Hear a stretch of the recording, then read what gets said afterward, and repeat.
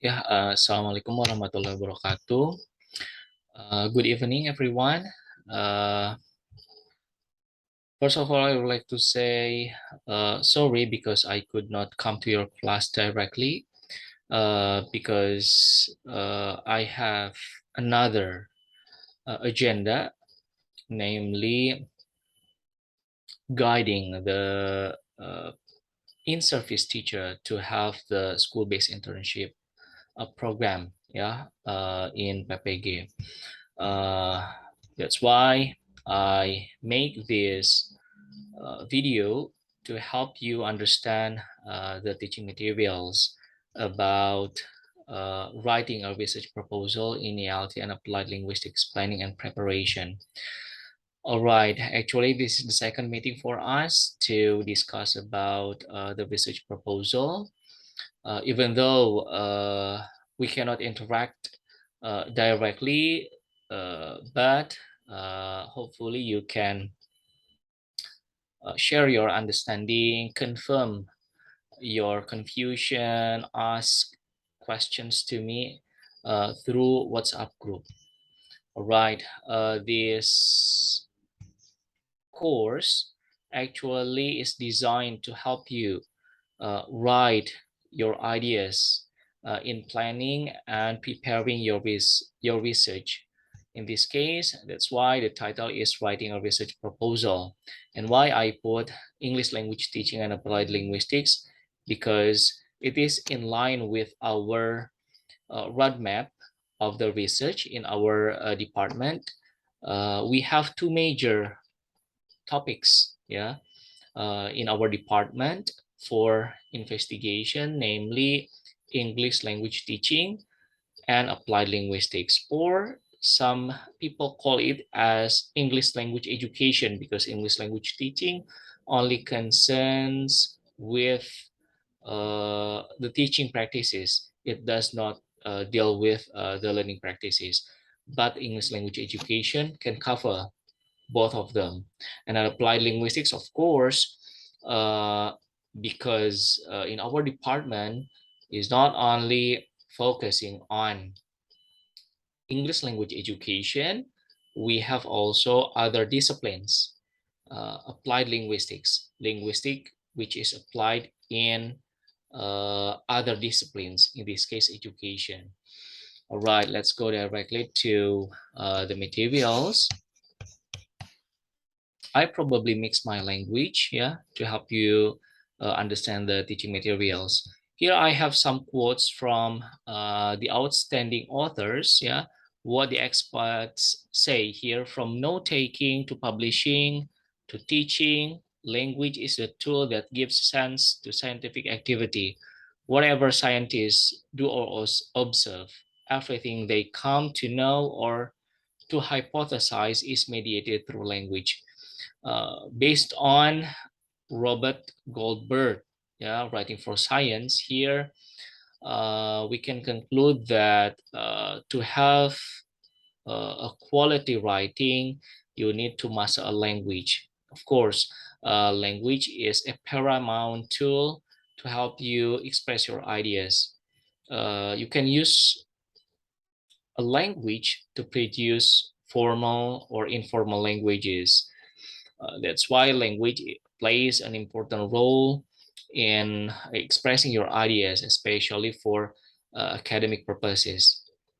And the second one is from Robert A. Day. The writing of an accurate, understandable paper is just as important as the research itself, because I have explained to you that research proposal course, or this course, will be different from the previous one. The previous course, for instance, qualitative research or quantitative research, focus on the research methodologies, how the research is carried out methodologically. You try to discover the important ideas or uh, the possible gaps that you want to fill in. And the second one is the way how you design, how you select your research method. You need to give comprehensive information why you select such a research method, and then how will you operate it technically. The second one is you try to design your research instruments and you declare your research method, your data collection procedures, I mean. You need also give information what data collection procedure will be selected, why you selected it, and how will it be operated or executed. And it is the same with the analysis. Yeah, you need to provide holistic information, what data analysis procedure will be conducted in your study, uh, why you selected it, and how the data analysis procedure will be carried out. And for this course, what makes it different is because the previous courses, yeah, qualitative and quantitative research in ELT tend to focus on the research methodologies and the procedures how to operate it. In this course, in research proposal, we try to put it into a written form. In this case, a research proposal. If you have a research plan, if you have uh, a research gap, if you have the ideas to investigate, you need to put it into a paper. What kind of paper? It can be in a research proposal, it can be in a tentative research plan, or executive summary. It depends on the official documents that your institution obligate it to you. All right. For the third one is writing helps you to learn. Writing is not simply a task to be done once research or other preparation is completed. It can be an integral part of the work progress. I agree with uh, Hyman here. Why? Because when you want to conduct a study or research, you also need to write it. Means that planning and researching should run simultaneously. It cannot be performed separately. I mean, you need to make it in an integrated way. Okay. Yeah. Next, here I have some uh, expectations from universities and examiners. Yeah, this is the ideal conditions that the universities or higher education institutions and examiners expect of your thesis and dissertations, because in this context you are an undergraduate students, you will write only an undergraduate thesis. And before moving to undergraduate thesis, you need to make a research plan in which we popularly known as a research proposal. Yeah. And here I have some point adopted from Partridge and Starfield 2007. The first one is when you want to have uh, or a research proposal, or you want to conduct research or a study, you need to have an awareness and understanding of relevant previous research on the topic. Dalam hal ini, ketika kalian ingin menulis sebuah proposal penelitian dan juga ketika kalian ingin melaksanakan penelitian, harus memiliki kesadaran dulu dan pemahaman terkait dengan penelitian-penelitian terdahulunya. Kenapa demikian? Karena penelitian terdahulu di sini merupakan batu loncatan di titik mana kita akan memulai penelitian. Ini sangat membantu karena dengan mengetahui kelebihan dan kekurangan dari penelitian terdahulu, maka kita bisa membuka gap atau kesenjangan penelitian untuk penelitian kita. Nah, misalnya penelitian tentang multimodalitas. Penelitian tentang multimodalitas itu selalu diwarnai oleh bagaimana makna tercipta tidak hanya dilihat dari satu sumber semiotik saja, misalnya dari bahasa, tetapi itu harus dilihat dari berbagai sumber semiotik.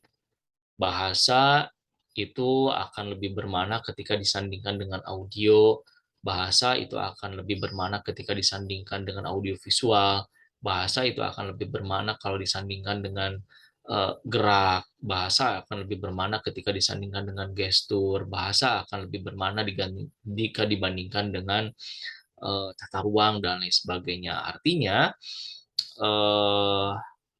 penelitian-penelitian tentang multimodalitas itu rata-rata mengangkat pentingnya kombinasi dari semiotic resources. Mereka tidak berdiri sendiri, tetapi mereka harus dalam kombinasi atau rangkaian kombinasi satu dengan yang lainnya, atau lebih dikenal dengan istilah intersemiosis.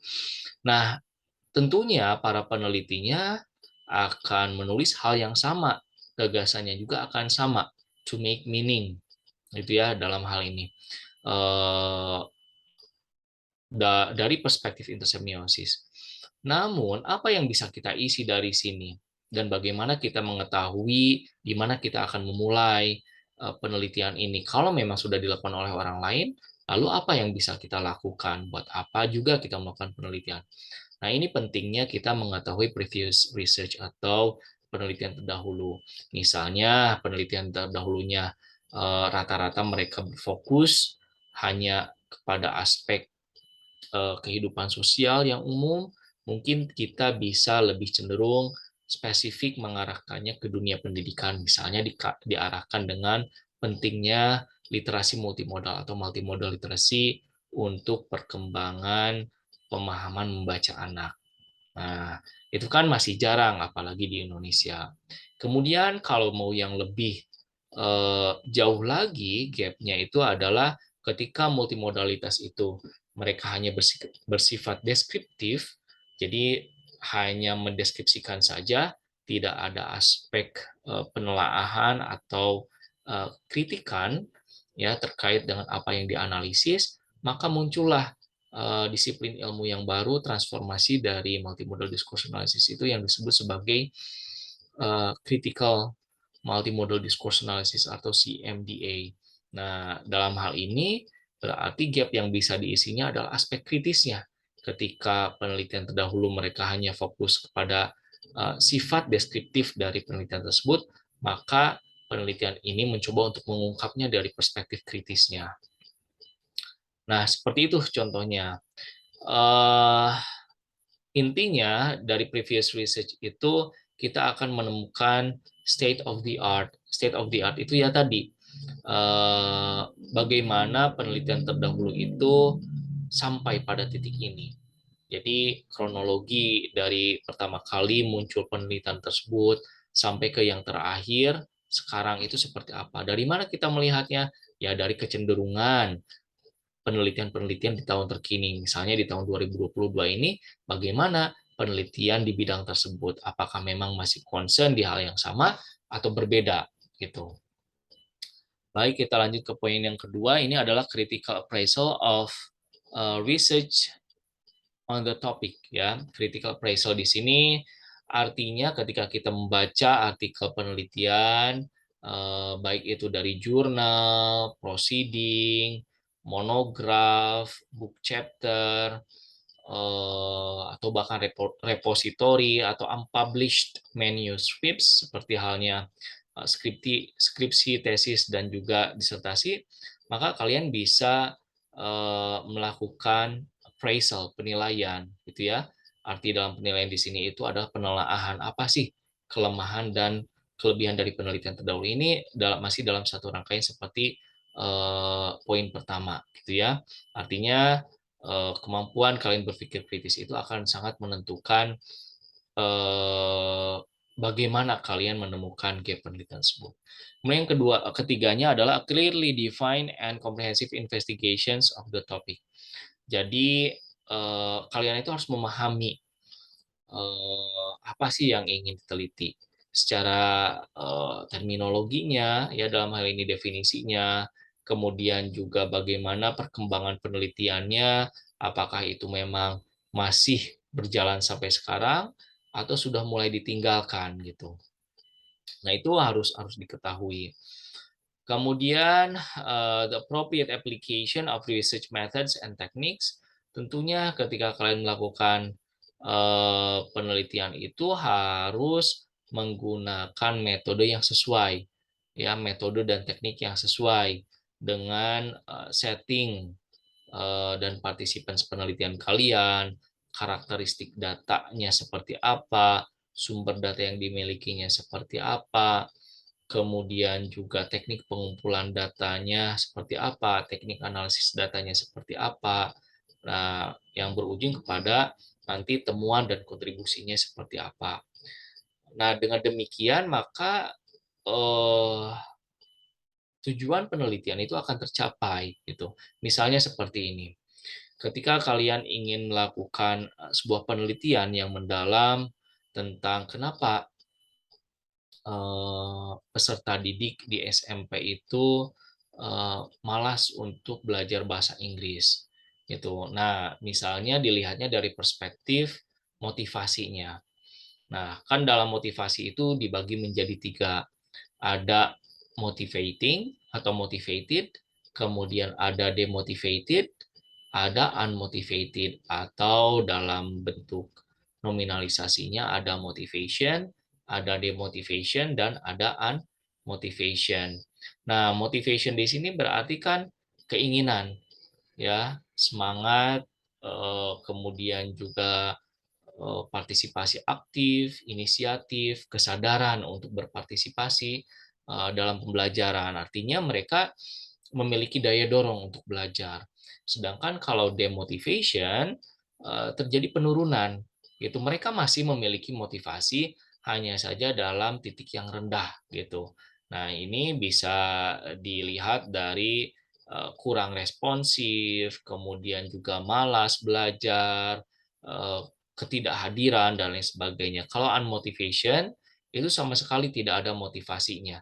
Jadi ketidak tertarikan gitu ya, ketidakhadiran, ketidakterlibatan dan lain sebagainya, atau juga sebuah bentuk avoidance ya, pengingkaran dalam pembelajaran itu merupakan kasus dari unmotivation. Nah, ketika kita ingin mencari sebab dari masalah tersebut ya berdasarkan fenomena yang ada, misalnya demotivasi gitu ya, demotivasi peserta didik SMP dalam belajar bahasa Inggris. Nah, ketika mereka nampak turun gitu ya motivasinya, sebagian kecil saja yang berpartisipasi aktif, maka perlu dilakukan sebuah penelitian gitu. Apa sih yang menyebabkan ini gitu? Dan itu tidak bisa hanya ditebak-tebak atau berdasarkan hasil asumsi kita. Itu harus berdasarkan kepada data empiris. Nah, data empiris di sini hanya bisa diperoleh melalui riset atau penelitian. Oke, jadi penggunaan metodenya apa gitu untuk ini. Ketika kita ingin mengidentifikasinya, mungkin kita bisa menggunakan case study. Case study yang mana? Ya tergantung dari kebutuhan. Case study juga kan ada yang sifatnya deskriptif, jadi hanya memaparkan saja secara deskripsi. Kemudian ada yang eksploratory, tidak cukup hanya mendeskripsikan tetapi dicari sebab akibatnya gitu ya, sampai ke potensi solusi yang nanti akan diajukan di bagian simpulannya seperti apa. Dan yang terakhirnya adalah explanatory gitu ya, explanatory case study tidak cukup hanya sebagai rekomendasi, tetapi bagaimana posisi dari temuan penelitian kita itu memiliki dampak bagi penelitian-penelitian yang sudah ada atau bahkan bagi pengembangan teori dari motivasi itu sendiri itu. Kalau misalnya penelitiannya adalah untuk merubah keadaan, maka tidak cocok dengan menggunakan case study karena case study adalah non-interventional research method. Dia harus terjadi secara alamiah. Nah, makanya sering dalam penelitian-penelitian berbasis kualitatif khususnya case study itu yang dimunculkan istilahnya adalah natural occurring data. Jadi, data yang terjadi secara alamiah. Apapun yang terjadi di lapangan, itulah yang dilaporkan. Namun, ketika ingin merubah keadaan, maka perlu ada teknik yang berbeda, yaitu misalnya action research. Nah, action research itu berupaya tidak hanya mengidentifikasi atau mendiagnosis sebuah fenomena atau permasalahan, tapi itu juga mencari sebuah masalah dan mencari sebuah solusi, dan solusi tersebut itu diimplementasikan untuk merubah keadaan. Artinya ada peran serta peneliti gitu ya, atau juga gagasan peneliti melalui perantaranya, yaitu guru di kelas misalnya, atau peneliti itu merangkap juga sebagai guru untuk merubah keadaannya. Nah, itu lebih cocok gitu ya, karena memang sifat dari action research adalah intervention, adanya intervensi untuk menghasilkan sebuah perubahan. Berikutnya adalah a thorough presentation and interpretations of results. Ketika kalian menulis gitu ya, menulis skripsi, itu maka yang diharapkan oleh perguruan tinggi dan juga para penguji itu adalah presentasi dari temuan dan juga interpretasinya yang menyeluruh. Tara itu sama dengan komprehensif dan holistik. Jadi utuh gitu ya. Jadi jangan setengah-setengah. Ketika data yang dimunculkannya seperti itu, maka jelaskanlah segamblang-gamblangnya gitu. Tidak ada yang ditutup-tutupi gitu, kekurangan atau kelebihannya. Nah, kemudian ada appropriately developed conclusions and implications that are linked to the research framework and findings. Tentunya gitu ya, ketika kalian menulis sebuah penelitian dalam bentuk rencananya, dalam bentuk laporan penelitiannya, dalam hal ini skripsi, maka perlu ada simpulan dan implikasi yang bisa didapat gitu ya, dan bisa diinformasikan kepada audiens. Ketika misalnya implikasi dari action research tadi itu adalah perubahan dari motivasi belajar peserta didik SMP saat belajar bahasa Inggris, dari yang tadinya demotivated menjadi motivated, berarti implikasinya apa gitu. Kemudian simpulannya seperti apa gitu. Nah, itu tentunya tidak bisa berdiri sendiri, tetapi harus didasarkan kepada findings yang disebut sebagai empirical data, dan tentunya juga harus dikaitkan dengan teori yang relevan. Nah, makanya di dalam skripsi juga ada yang disebut sebagai findings and discussion. Finding sifatnya untuk display data gitu ya, untuk menampilkan data yang atau temuan penelitian yang sudah diraih, sedangkan kalau discussion itu mencoba untuk mengevaluasi gitu ya dari hasil temuan tersebut dengan cara membandingkan, kemudian juga apa mengobservasi gitu ya, mengonfirmasi juga, merefleksikan dan juga mengevaluasi seperti apa gitu temuan yang kita peroleh dengan teori yang sudah ada, dan juga temuan penelitian terdahulu itu seperti apa linkage-nya atau apa keterikatannya gitu. Kemudian a high standard of literacy, literary quality and presentation. Tentunya ketika kita menulis academic writing, itu kan advanced writing gitu ya, untuk advanced level. Artinya dalam penulisannya juga harus menunjukkan sebuah kualitas. Nah, presentasi di sini tidak hanya presentasi dalam bentuk laporan penelitian, tetapi juga presentasi dalam bentuk lisan gitu. Karena nanti apa yang kalian tulis itu harus bisa dipertanggungjawabkan. Nah, makanya ada yang disebut sebagai seminar proposal, ada yang disebut sebagai sidang skripsi, ada telah komprehensif dan ada yang disebut sebagai sidang skripsi. Artinya apa yang kalian tulis itu konsisten atau tidak dengan apa yang diucapkan atau dipresentasikan. Dan yang terakhir adalah contribution to knowledge on the particular topic. Kalau dikaitkan dengan kontribusi penelitian, biasanya ini masuknya ke dalam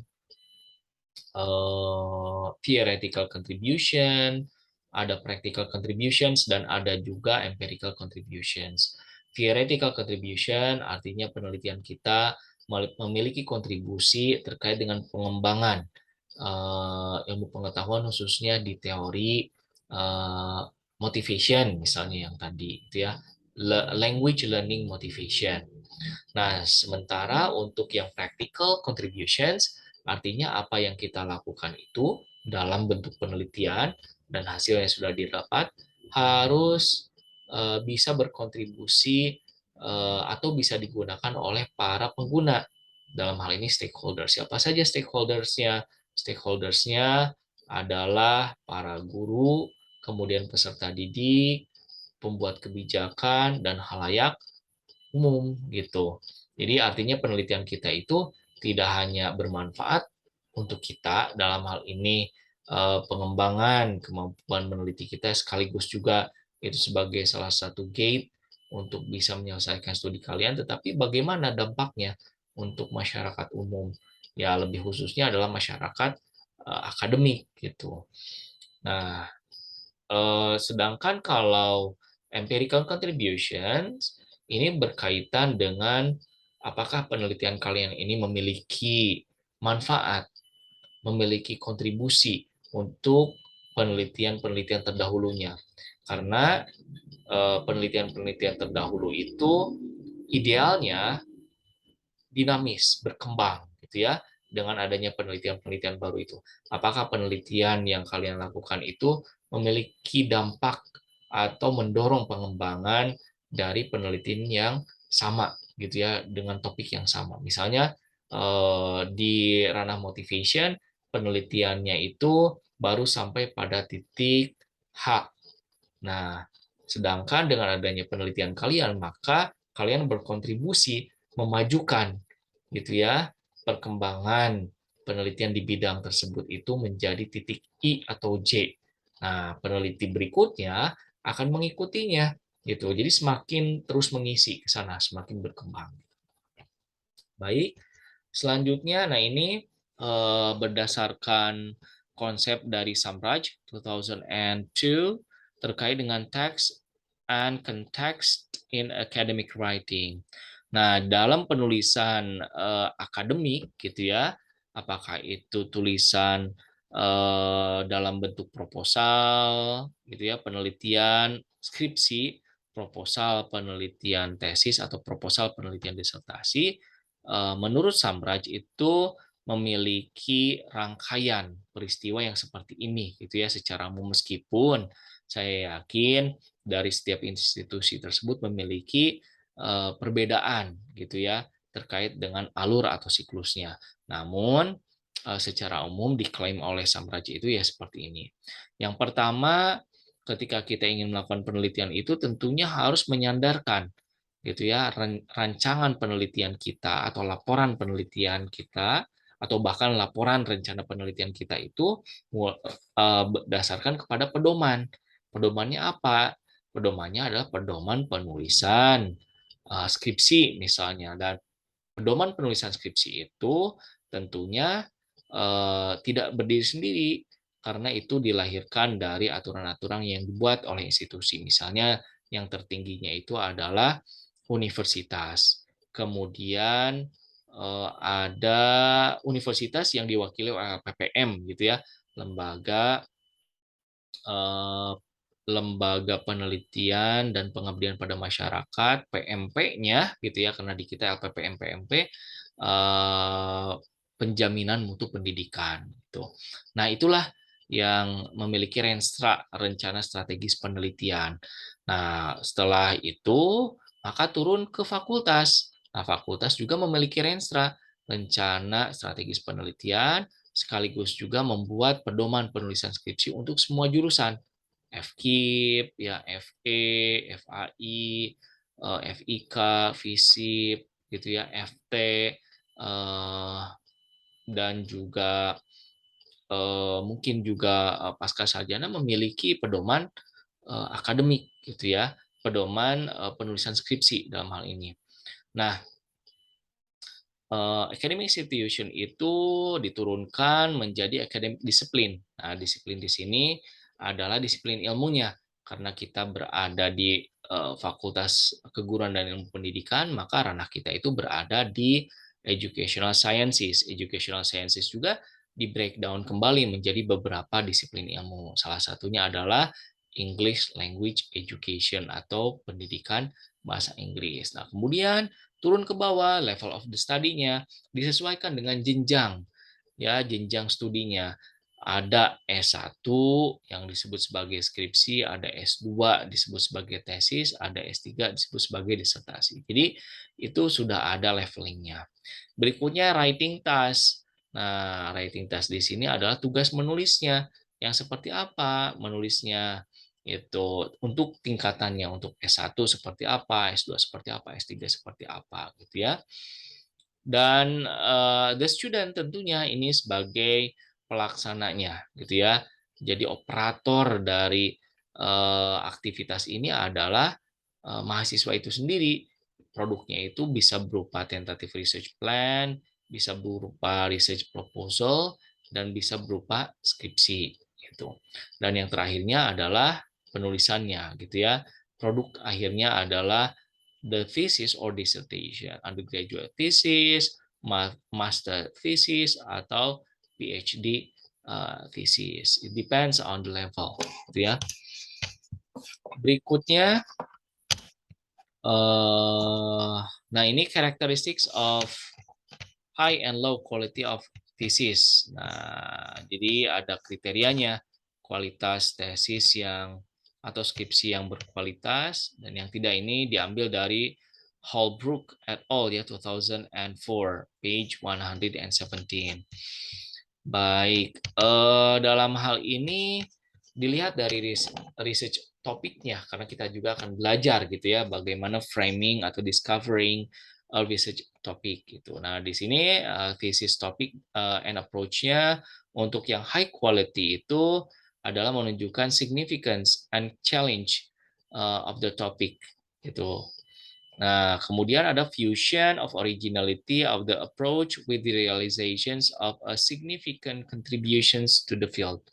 Nah, jadi untuk yang high quality, skripsi itu memiliki dampak.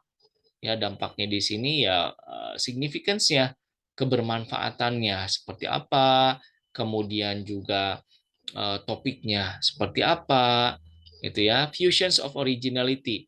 Di sini juga berbicara tentang keaslian dari tulisan tersebut karena terus terang saja dalam menulis itu pasti tidak semulus yang dibayangkan. Terkadang kita juga terjebak oleh aspek originalitas.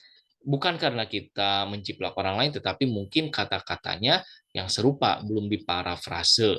Nah, yang original di sini itu bukan dari tulisannya saja gitu ya, yang kita produksi, tetapi dari gagasannya. Nah, gagasan yang dimunculkan oleh ahli A itu harus bisa diterjemahkan oleh kita, ditransformasikan gitu ya, oleh kita. Idenya masih A, tetapi bahasanya berbeda gitu ya, retorikanya itu disebutnya. Kemudian untuk yang low quality thesis di sininya dikaitkan dengan questionable integrity of the approach of the thesis or presentation of findings. Nah, biasanya muncul pertanyaan-pertanyaan, apakah benar penelitian ini ditulis oleh yang bersangkutan, apakah benar proposal penelitian ini ditulis oleh yang bersangkutan, mengingat ketika seminar proposal ditanya ini tidak tahu, ditanya itu tidak tahu, dan lain sebagainya. Nah, artinya integritasnya juga dipertanyakan, gitu ya. Kalau memang penulisnya juga tidak tahu konten dari apa yang dia tulis, itu kan agak aneh, gitu ya. Berikutnya berkaitan dengan literature review atau disebut juga sebagai tinjauan pustaka, expert use of the literature in design of the study and discussion of the findings, gitu ya. Nah, kalau di sini literature review-nya gitu diupayakan untuk melihat, gitu ya, melihat kepada temuan penelitian terdahulu, kemudian kita mencoba menelaah. Arti menelaah itu bukan menceritakan ulang, tetapi kita mencoba untuk melihatnya secara kritis, gitu. Arti kritis itu berarti harus ditimbang aspek positifnya apa, aspek negatifnya seperti apa, gitu. Nah, sehingga nanti akan muncul eh, apa voice kita gitu, posisi kita terkait dengan apa yang ditulis itu. Misalnya ada pihak yang mengatakan bahwa pengajaran bahasa itu akan lebih baik kalau dilakukan melalui teknik memorization atau vocabulary memorization, mengingat kosakata. Tetapi ada juga yang berpendapat bahwa pengajaran kosakata yang efektif itu adalah ketika berorientasi kepada language use, penggunaan bahasa, misalnya dalam bentuk eh, penggunaan percakapan, dialog atau monolog gitu ya, atau teks. Nah, yang melibatkan kosakata bahasa Inggris akan lebih kontekstual dibandingkan dengan memorization. Nah, dari kedua sudut pandang tadi, pedagogical approaches tadi atau pedagogical techniques tadi, kira-kira mana yang akan kita ambil posisinya? Apakah yang pro atau yang kontra dan lain sebagainya, gitu ya. Nah, itu berarti harus ada voice-nya di literature review kita itu, disebut sebagai commenting, gitu ya. Nah, itu diharapkan bagi anak S1 juga karena itu berkaitan dengan high quality thesis. Sedangkan kalau yang low quality thesis itu berkaitan dengan inadequate coverage or focus of the literature in relation to the study, inaccuracies and omissions in referencing manifest editorial adequacies. Artinya ruang lingkup dari apa yang dikaji itu terbatas. Kemudian juga ketidakakuratan dari tulisannya, tata tulisnya ya, dalam hal ini mechanics-nya mungkin, atau aspek-aspek kohesinya, gitu ya. Contohnya ada kesalahan gramatika yang cukup menghambat pemahaman, ada referensi-referensi yang dikutip tetapi tidak ada di daftar pustaka, gitu ya. Dan juga gaya penulisan misalnya, gitu ya. Seharusnya kalau gaya bahasa tulisan itu ya bahasa tulisan, jangan sampai bahasa lisan yang ditulis. Kalau bahasa lisan ya bahasa lisan gitu, karena memiliki register masing-masing. Arti register itu adalah tingkat keformalannya atau degree of formality-nya. Berikutnya adalah communicative competence, publication or writing.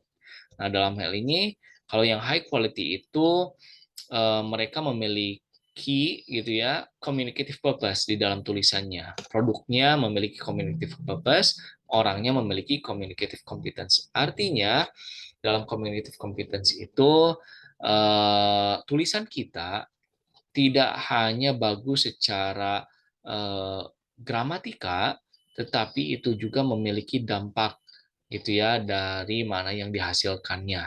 Nah, karena pada hakikatnya di dalam communicative competence itu kalau kita bedah, itu ada beberapa competencies. Yang pertama linguistic competence atau grammatical competence. Yang keduanya itu ada communicative competence. Yang ketiganya itu ada yang disebut sebagai sociolinguistic competence atau pragmatic competence. Dan yang keempatnya ada yang disebut sebagai discourse competence. Meskipun di beberapa penulis gitu ya, ada beberapa perbedaan, ada yang mengatakan strategic competence juga, ada actional competence juga. Nah, itu tergantung dari sudut pandangnya untuk penamaannya, tidak ada yang salah, hanya saja mungkin ada yang jumlahnya sedikit, ada yang jumlahnya cukup banyak gitu ya dari segi taxonomy of competency study gitu. Nah, untuk yang memiliki high quality thesis atau skripsi yang berkualitas itu adalah recognized need for early publication of from the study. Nah, artinya uh, sudah siap untuk dipublikasikan, tinggal dipoles sedikit dan itu sudah siap gitu untuk dipublikasikan gitu ya. Nah, sedangkan kalau yang low quality thesis itu boro-boro untuk dipublikasikan, untuk disidangkan saja itu memerlukan upaya perbaikan yang luar biasa. Demikian ya di poin ini. Selanjutnya, nah kalau kalian beranggapan bahwa menulis itu terjadi secara rapi, linier ya, kemudian juga sifatnya apa ya? Jadi eh, tergesa-gesa ya, cepat dan lain sebagainya. Pada faktanya tidak seperti itu. Menulis itu sifatnya realistik, makanya disebutnya ya menurut Atkinson dan Curtis itu realistic model of the writing process atau proses menulis yang realistis. Nah, dimulai dari pre-writing atau planning, ada juga yang menyebutnya sebagai brainstorming. Nah, dalam tahapan ini kita mencoba untuk mencari gagasan untuk menulis, apakah itu gagasan yang bersifat teoretis, gagasan yang bersifat empiris, atau gagasan yang bersifat praktis gitu. Nah, di dalam pre-writing di sini itu bisa nanti dituangkan ke dalam bentuk tentative research plan atau rencana penelitian seperti yang sudah kalian kerjakan di mata kuliah sebelumnya ya di qualitative research ini arti. Setelah kita mendapatkan gagasan, maka diturunkan ke dalam bentuk drafting. Drafting itu berarti penulisan naskah ya dalam hal ini proposal penelitian. Nah, di dalam drafting di sini kita mencoba menuangkan apa saja yang urgen untuk dimasukkan di sini gitu ya di dalam uh, proposal penelitiannya gitu. Nah, setelah drafting, maka ada getting feedback. Nah, di sini pentingnya bimbingan, proses bimbingan atau konsultasi gitu. Nah, getting feedback di sini tujuannya adalah bagaimana kita melihat kualitas dari penelitian kita, kualitas dari proposal penelitian kita dari kacamata orang lain. Nah, kenapa itu penting? Karena kadang-kadang apa yang kita tulis, kita klaim benar, selalu benar, tidak ada cacatnya, tidak ada salahnya. Itu karena memang sifat alamiahnya yang subjektif dari diri kita. Tetapi ketika kita ingin menjaga kualitasnya, maka kita meminjam mata orang lain, gitu ya. Kita meminjam mata orang lain untuk melihat sejauh mana, gitu ya, kualitas dari tulisan kita. Nah, setelah getting feedback, tentunya ada revisi, gitu ya. Nah, sedikit saya jelaskan apa sih perbedaan antara revising dengan editing. Kalau revising itu lebih cenderung kepada perbaikan konten atau isinya.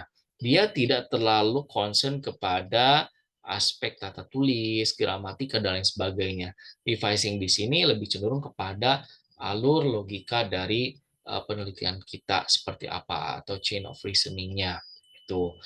Nah, setelah itu ya revising di sini masuk ke dalam berbagai aspek gitu ya. Dia revising itu kembali lagi ke feedbacknya, berarti dikonsultasikan ulang dengan pembimbingnya gitu ya. Kemudian juga revising masuk ke dalam drafting lagi kalau memang itu urgen untuk diperbaiki dari aspek draftingnya. Ada juga yang masuk ke dalam planningnya ketika penelitian tersebut itu impossible atau unfeasible to be conducted gitu. Nah, makanya revising di sini itu bisa dilihat dari panahnya juga dua arah gitu ya. Nah, setelah revising itu adalah drafting. Nah, makna dari balon yang tidak terhubung satu titik dengan titik lain yang lainnya ini menunjukkan gagasan yang sifatnya opsional gitu. Artinya kalau memang itu perlu di redrafting penulisan naskah ulang ya ditulis kembali gitu karena memang itu berkaitan dengan visibilitas penelitian kita. Kalau memang itu sudah langsung, maka itu sifatnya opsional. Dari revising bisa langsung ke editing gitu yang nantinya bisa dipublikasikan. Baik, di dalam editing, kalau tadi revising lebih cenderung kepada kontennya, kalau editing itu lebih cenderung kepada mechanics-nya, kepada tata tulisnya, gitu ya. Punctuation, nominalization, gitu ya, penggunaan conjunction dan lain sebagainya, itu perlu diperbaiki kembali, ditinjau ulang dan diperbaiki kembali di bagian editing. Kalau editing sudah selesai atau penyuntingannya sudah selesai, maka bisa lanjut ke tahap yang terakhir yaitu publishing. Tuh. Baik.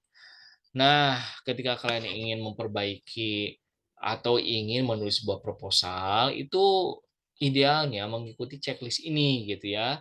Yang pertama, apakah kalian melakukan draw up a short list of topics? Students can do this, for example, by speaking to other students, asking colleagues, asking potential supervisors, or looking up related research in the library. Nah, ketika kalian menulis proposal, apa yang kalian lakukan gitu ya dalam pencarian ide? Apakah berbicara kepada teman yang lainnya? Apakah Anda berbicara kepada rekan kerja? Apakah Anda berbicara atau bertanya kepada pembimbingnya gitu ya, pembimbing atau potential supervisors, calon pembimbingnya. Dan yang terakhirnya adalah eh, sorry bukan terakhir ya, dan yang keduanya berarti nyambung looking up related research in the library. Nah, artinya uh, ketika kita melakukan penelitian maka memerlukan sumber, dan sumber itu tentunya itu ada di perpustakaan. Meskipun kita memiliki sumber yang sifatnya digital, tetapi perpustakaan tidak bisa ditinggalkan karena itu memiliki eh, memiliki produk yang konkret gitu ya dalam bentuk cetakannya gitu ya. Eh, Berikutnya berkaitan dengan select a topic for investigation. Ketika kalian sudah memiliki sumbernya, artikel, kemudian juga buku, buku bab atau buku book chapter, magazines dan lain sebagainya, maka harus dikerucutkan kepada a topic for investigation. Jadi ketika kalian ingin menulis sebuah penelitian itu satu orang satu topik gitu ya. Nah, jadi disesuaikan dengan minat penelitian kalian, dengan fenomena yang ada dan lain sebagainya. Berikutnya, then formulate a general question that is turn the topic into research question. Nah, setelah topiknya ada, maka perlu ada penuangan gagasan. Nah, kalau dalam penelitian kualitatif, kita mengenalnya dengan research question. Research question ini lebih fatal, ya, lebih memiliki peran sentral dibandingkan dengan judul. Makanya research question di sini itu eh, lebih diutamakan dalam penulisannya atau perancangannya dibandingkan dengan eh, apa dibandingkan dengan tulisannya gitu ya. Jadi research question dulu sebelum kita menulis gitu karena itu akan menjadi kompas atau jangkarnya. Berikutnya, next focus on the question that is be as specific as possible about what the study will investigate. This is often difficult to do, so students should spend as much time as necessary to get their question right. Nah, betul seperti di poin 4 ini, membuat research question itu tidak semudah yang dibayangkan. Artinya memerlukan keterampilan. Nah, keterampilan di sini itu kan keterampilan atau kompetensi riset dan juga keterampilan menulis gitu. Nah, harus spesifik gitu ya ketika kita berbicara masalah motivasi, motivasi apanya? Apakah cara mengajar anak supaya termotivasi atau yang keduanya adalah berkaitan dengan eh, apa? Berkaitan dengan bagaimana penelitian ini akan dilakukan gitu. Nah, makanya di sini perlu ada topik khususnya. Contohnya tadi kembali lagi, ketika kita mengangkat isu sentralnya katanya itu adalah learning atau language, maka itu akan sangat luas ke bawahnya. Tapi ketika kita mengatakan bahwa ini berkaitan dengan English language learning motivation itu sudah sangat spesifik. Bahasanya sudah mengacu ke bahasa Inggris, learningnya itu ke pembelajaran gitu ya. Eh, itu akan memudahkan kita dalam mengidentifikasi apalagi penelitian kualitatif yang memang sifatnya bukan melakukan generalisasi tetapi in depth gitu ya, in depth inquiry atau penelitian yang mendalam. Berikutnya ini berkaitan dengan hipotesis. Nah, kalau penelitian kalian itu ada penelitian kuantitatif, maka dirumuskan hipotesis untuk penelitian kalian. Think about the data that need to be collected to answer the questions. Betul. Setelah kalian tahu research question-nya, setelah kalian menuliskan siapa participants-nya, di mana settingnya, berapa jumlahnya, dan lain sebagainya, maka perlu ada perencanaan untuk mengumpulkan data. Nah, atau data collection. Nah, dalam hal ini data collection itu harus bisa sejalan dengan research question. Ketika di dalam research question-nya itu adalah misalnya contohnya how is the students English language learning motivations during English language learning activities. Jadi bagaimana motivasi peserta didik saat belajar bahasa Inggris gitu. Nah, itu kan perlu ada logika untuk mengumpulkan datanya seperti apa, orang yang akan menjadi partisipasinya seperti apa, mereka yang termotivasi atau yang tidak termotivasi. Ya, itu dikembalikan lagi kepada research question kita. Karena research question di sini juga akan menjadi titik awal dalam pembuatan tujuan penelitian, gitu ya. Misalnya research questions-nya how is the students motivations during English language learning activities. Nah, ketika dimasukkan ke dalam tujuan penelitiannya berarti harus sesuai dengan research question-nya. This study aims at investigating the students motivations during English language learning activities. Nah, misalnya seperti itu gitu ya. Berikutnya, decide on the aims and objectives of the study or formulate hypothesis. Itu sudah ya tadi. Think about the data and needs to be collected to answer the questions. Jadi, pengumpulan data itu harus disesuaikan dengan research questions-nya juga harus disesuaikan dengan mekanisme pengumpulan datanya seperti apa. Berikutnya adalah talk about data that need to be collected. Ya, tadi sudah ya. Draw up an initial research plan. Nah, sudah mulai kita buat rencana penelitiannya. Kemarin kan kita sudah membuat tentative research plan. Nah, tentative research plan itu harus bisa dikembangkan kembali menjadi rencana penelitian. Nah, dalam hal ini biasanya disebut sebagai research proposal. Dan yang terakhirnya adalah next, write up a detailed proposal including definitions of key terms that are used in your proposal. That is, define the characteristics of the terms. Yeah, sorry, you need used in the proposal in a way that would enable an outsider to identify them if they came across them. Nah, artinya apa yang kita tulis itu harus memiliki atau harus mengacu kepada konvensi internasional. Konvensi internasional itu konvensi tulisannya. Ketika misalnya di dalam bahasa Inggris internasional itu contoh misalnya ya untuk melaporkan penelitian itu biasanya dengan menggunakan simple past tense, maka lakukanlah itu gitu. Ketika misalnya kita mencoba untuk mendeskripsikan itu menggunakan simple present tense ya, exchange dipertukarkan dengan present perfect tense, maka itu juga perlu diketahui gitu oleh penulis itu. Nah, di samping nantinya kita akan mengerucut ke aspek-aspek yang lebih teknis lagi, yaitu bagaimana menulis definisi operasional, kemudian juga bagaimana menentukan data dan sumber data dan lain sebagainya.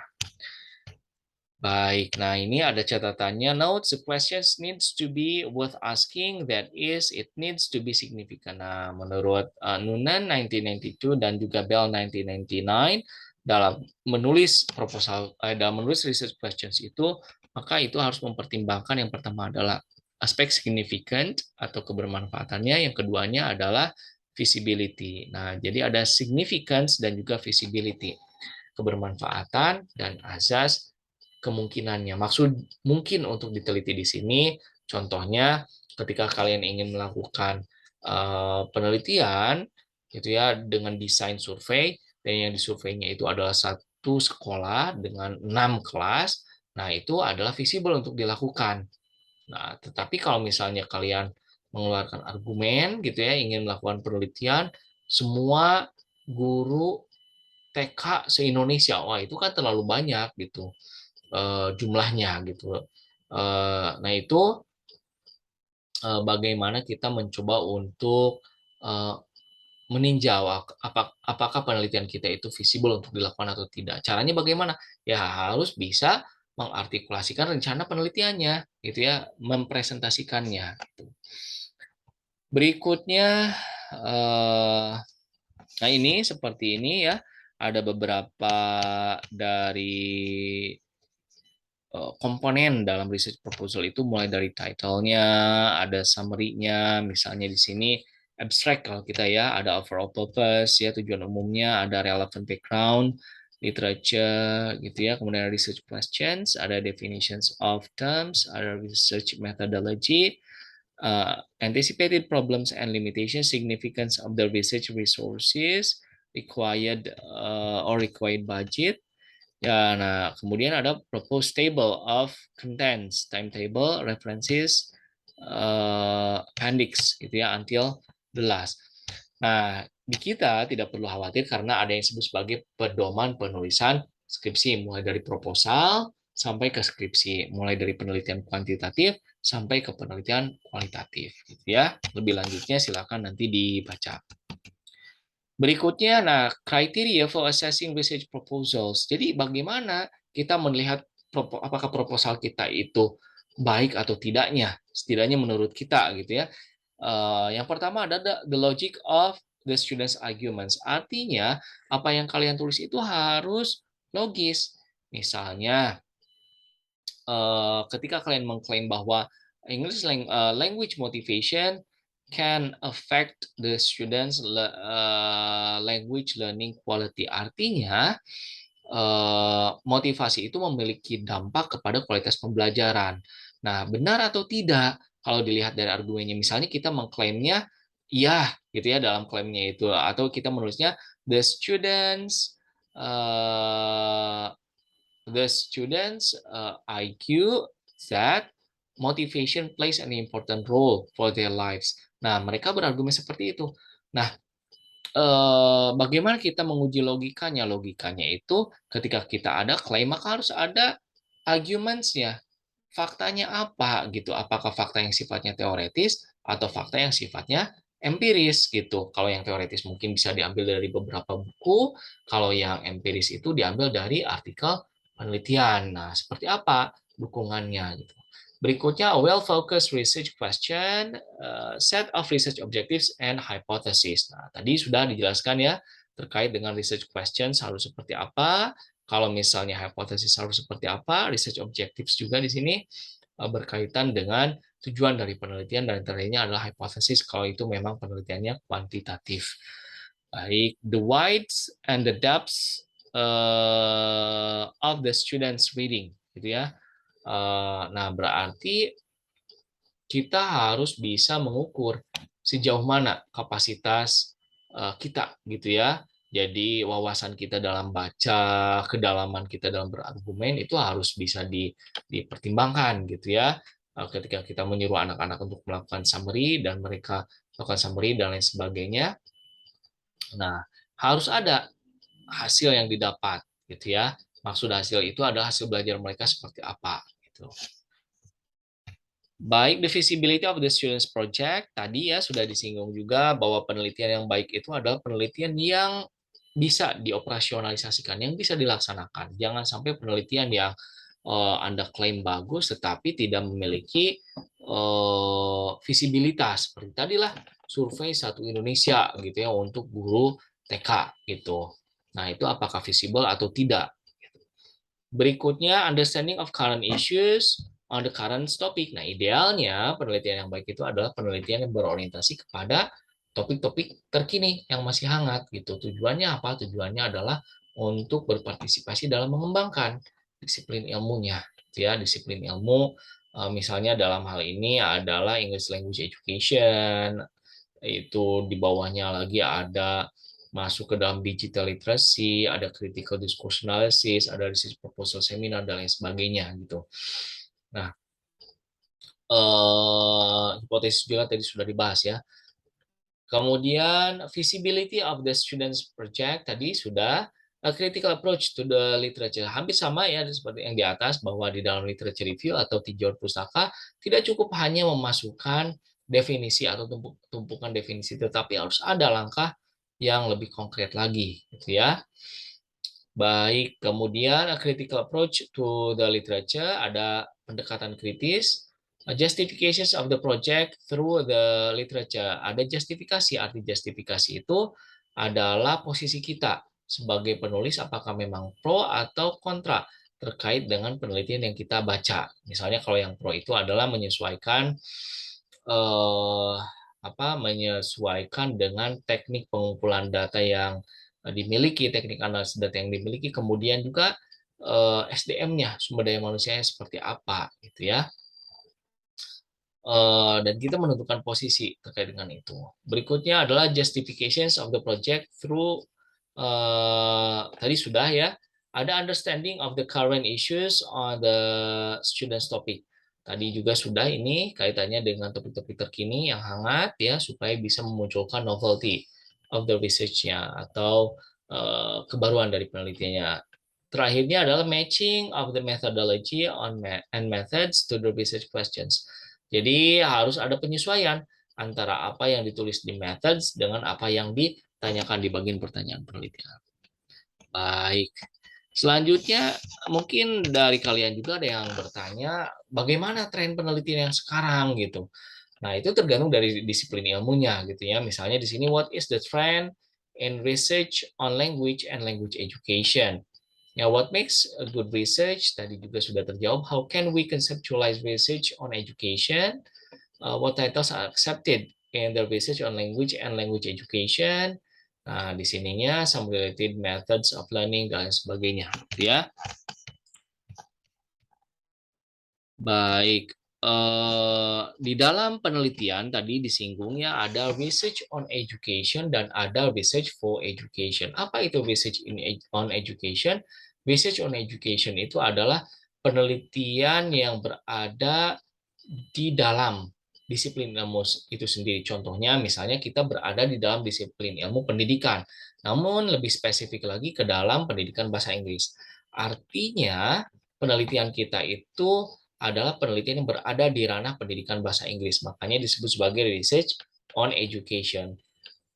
Disiplin ilmunya internal muncul di dalam. Tapi kalau research for education adalah penelitian-penelitian yang biasanya murni atau terapan non kependidikan. Nah, ini dicoba untuk dikaitkan dengan pendidikan untuk output dari research on education gitu ya. Nah, research for education, sedangkan research for education berarti penelitian ini berorientasi kepada pendidikan gitu. Artinya porsi pendidikan harus lebih besar dibandingkan dengan porsi porsi yang lainnya gitu ya.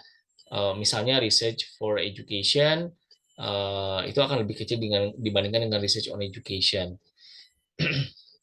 Nah, seperti ini irisannya. Jadi research for education dengan research on education itu memiliki irisan satu dengan yang lainnya gitu. Nah, makanya disebut kalau research for education itu disebut juga sebagai applied linguistics atau linguistik terapan. Ilmu linguistik atau ilmu bahasa yang memang diterapkan dalam dunia pendidikan. Berikutnya, eh, oh iya, sudah masuk ke dalam contoh ya di sini. Semoga kita bisa tanya jawab nanti di WA group gitu ya. Nah, ini untuk contoh-contohnya diambil dari beberapa artikel internasional gitu ya, dari beberapa jurnal yang bereputasi. Namun sengaja saya ambil dari Indonesia di sini ada dari Natsuno Funada gitu ya dari University of Oxford UK. Dia menulis judul penelitian Revisiting Grammar Translation Students Beliefs about Current Classroom Practices at Japanese University. Artinya eh, grammar translation method itu kan apa ya, metode penelitian yang klasik gitu ya. Jadi menerjemahkan, menyandarkan kepada keakuratan dan sebagainya. Nah, sedangkan dalam hal ini bagaimana grammar translation itu masih marak digunakan dan itu bermanfaat gitu. Jadi artinya ketika ada yang mengklaim bahwa grammar translation method itu sudah ketinggalan zaman, maka perlu ada pembuktiannya, dan ketika ada yang mengatakan revisiting berarti mengungkap kembali gitu ya grammar translation method. Dilihat dari perspektif kontribusinya. Nah, misalnya di sini dilihat dari perspektif belief sebut current classroom practices of Japanese universities. Jadi keyakinan mereka tentang kondisi kelas itu seperti apa. Baik, untuk lebih teknisnya nanti bisa dibaca ya. Yang kedua ada learning by teaching, training EFL pre-service teachers through inquiry-based learning. Nah, kalau ini kaitannya dengan selama kita melakukan proses pembelajaran, maka kita juga mengajar. Nah, gitu ya. Nah, ini yang dijadikan partisipasinya adalah pre-service teachers, artinya guru-guru yang belum selesai gitu ya dalam masa edukasi, misalnya dalam bentuk magang dan sebagainya gitu. Uh, Melalui inquiry based learning. Inquiry based learning itu adalah proses pembelajaran yang mengedepankan kepada otonomi atau kewaspadaan dari uh, teachers-nya gitu ya. Dengan demikian akan lebih mudah untuk dipahami dan juga dikonseptualisasikan ulang. Nah, selanjutnya ada, kalau ini masih COVID ya, kemarin ada Philippine Teachers Practices to Deal with Anxiety amid COVID-19. Ternyata di Filipina juga ada yang terjebak pada suasana anxious gitu ya, gelisah gitu ya karena COVID-19. Nah, ini bisa dilakukan gitu ya. Kemudian dari Corin gitu ya, Corin J. Leacock and S. Joel Warichan. Nah, artinya di sini helping teachers to respond to COVID-19 and the Eastern Caribbean issues of readiness, equity, and care. Artinya apa yang kalian tulis nanti itu harus memiliki nilai kebaruan atau novelty. Jangan sampai sekarang sudah hampir selesai gitu ya pandeminya, sudah masuk ke era post pandemic, kemudian aspek readiness, equity, dan care-nya juga harus sejalan dengan itu gitu ya dalam penulisannya. Berikutnya adalah collaborative digital storytelling based task for EFL writing instruction. Nah, ini spesifik kepada pengajaran writing dan juga storytelling itu bersifat kolaboratif gitu. Nah, yang dicarinya itu adalah luaran dan juga persepsinya seperti apa. Berikutnya ada Language needs analysis. Nah, ini penting untuk dimasukkan karena kita kadang-kadang mengajar di sebuah kelas itu hanya berdasarkan silabus, bottom up gitu ya. Arti bottom up itu berarti dari atas ke bawah, dari pedoman gitu ya, penulisan kita. Tapi kalau misalnya dalam bentuk needs analysis berarti dari kalian gitu ya, dari mahasiswa dilakukan diagnosis dulu, diberikan kesempatan gitu ya untuk mengungkapkan apa yang sebetulnya mereka butuhkan gitu. Ini biasanya di ranah ISP ya. Kemudian the use of humor in teaching and learning in the higher education classroom lecturers perspectives. Nah, artinya penggunaan humor juga saat pembelajaran bahasa Inggris di kelas itu bisa dilakukan gitu ya. Nah, ini menarik gitu ya ketika Bapak dan Ibu memiliki jiwa humor yang tinggi gitu ya, atau rekan-rekan memiliki jiwa humor yang tinggi saat mengajar, maka itu bisa dijadikan sebagai salah satu ide dalam penelitiannya. Silakan bisa dibaca lebih lanjut ya, nanti akan saya share. Nah, ada juga gender representations of male and female social actors in the learning educational materials. Kalau tadi lebih cenderung deskriptif, kalau ini lebih cenderung kritis gitu ya, karena menginvestigasi representasi gender gitu ya di hadapan umum gitu. Nah, artinya kan ini mencoba untuk melihat bagaimana proses dari representasinya seperti apa dan berbicaranya juga seperti apa gitu ya. Baik, selanjutnya kita masuk discussion constructions of identity boundaries non-native English teacher personality in relation to learners. Artinya identitas juga yang dikonstruksi oleh seseorang itu memiliki dampak gitu ya. Nah, ini dilihat dari perspektif critical discourse analysis. Jadi tidak hanya berbicara masalah hal yang sifatnya deskriptif, tetapi bagaimana hasilnya gitu ya, dari aspek kekritisian tersebut. Barangkali itu berbeda gitu ya, identitas satu dengan yang lainnya.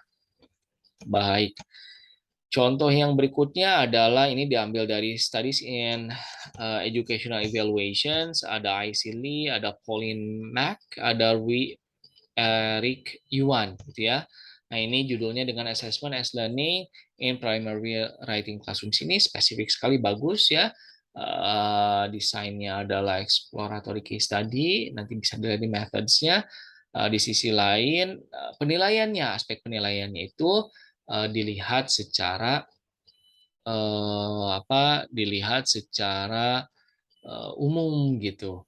Nah, secara khusus gitu ya. Jadi assessment itu kan assessment bahasa. Nah, bahasanya apa? Bahasa lisan atau tulisan? Terus bahasanya apa? Jenisnya Sunda, Jawa, atau apa gitu. Nah, jadi assessment as learning itu sudah tepat dibandingkan dengan assessment in atau on gitu. Kenapa? Karena memang memerlukan spesifikasi mulai dari judul sampai juga ke eksekusi dari penelitian tersebut. Baik, untuk gagasan yang lainnya ini ada multimodal assignments in higher education implication for multimodal writing task for second language writers. Nah, ini menarik sekali karena tugasnya dilihat dari perspektif multimodalitas dan terakhirnya adalah berkaitan dengan multimodal writing task, berarti kemampuan untuk menulisnya. Oke. Berikutnya,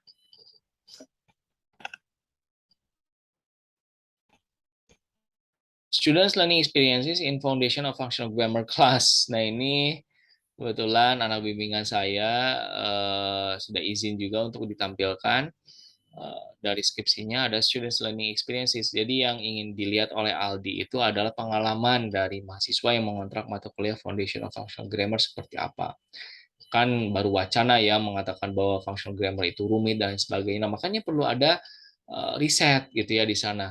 Jadi seperti apa ketika dikatakan susah dan sebagainya, ketika dikatakan mudah atau bisa dilakukan, maka harus ada pembuktiannya yaitu melalui penelitian gitu. Jadi yang dilihatnya adalah bagaimana pengalaman dari peserta didik gitu ya, dalam hal ini mahasiswa dalam belajar Foundation of Functional Grammar.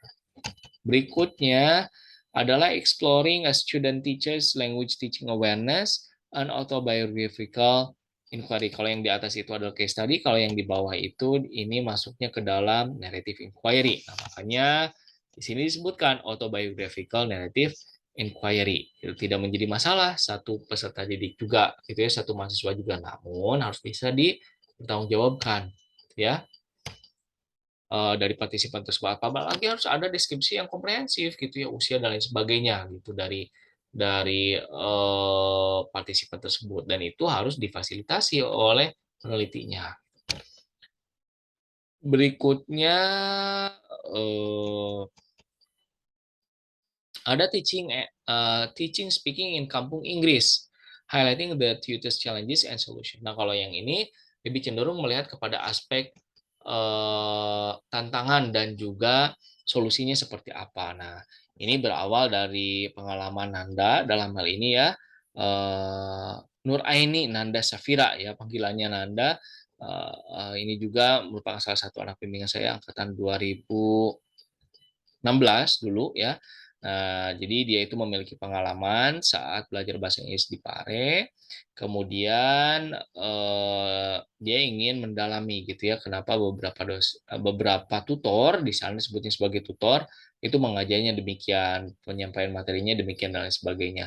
Nah, seperti apa gitu ya gambarannya atau profilnya gitu, sehingga nanti bisa ditentukan teknik yang tepat untuk menanggulangi tantangan tersebut seperti apa, solusi yang ditawarkannya seperti apa dari pengajaran speaking tersebut ya. Berikutnya ini sama juga ada storyboard based narrative writing activities among EFL Indonesian learners ya, focusing on contribution. Kalau yang ini melihat dari apa kontribusi dari storyboard dalam penulisan teks naratif. Berikutnya ada contoh gagasannya. Nah, ini exploring students critical thinking skills in educational posters in a classroom. Nah, ini bagaimana melihat critical thinking atau keterampilan berpikir kritis dalam poster yang bertema pendidikan yang ditulis oleh siswa SMA. Nah, kebetulan siswa SMA kan kalau tidak salah di silabusnya di kompetensi inti dan kompetensi dasarnya itu diminta untuk melihat atau membuat poster ya sebagai produk pembelajarannya. Nah, dalam hal ini diarahkanlah educational posters. Namun yang menjadi gap penelitian ini adalah karena apa belum begitu banyak yang memikirkan bagaimana peran dari poster educational posters itu gitu ya terhadap pembelajaran, dan juga bagaimana critical thinking ini bisa terlihat gitu ya terlihat dalam poster tersebut gitu. Nah, ini dilihat dari perspektif multimodalitas salah satunya.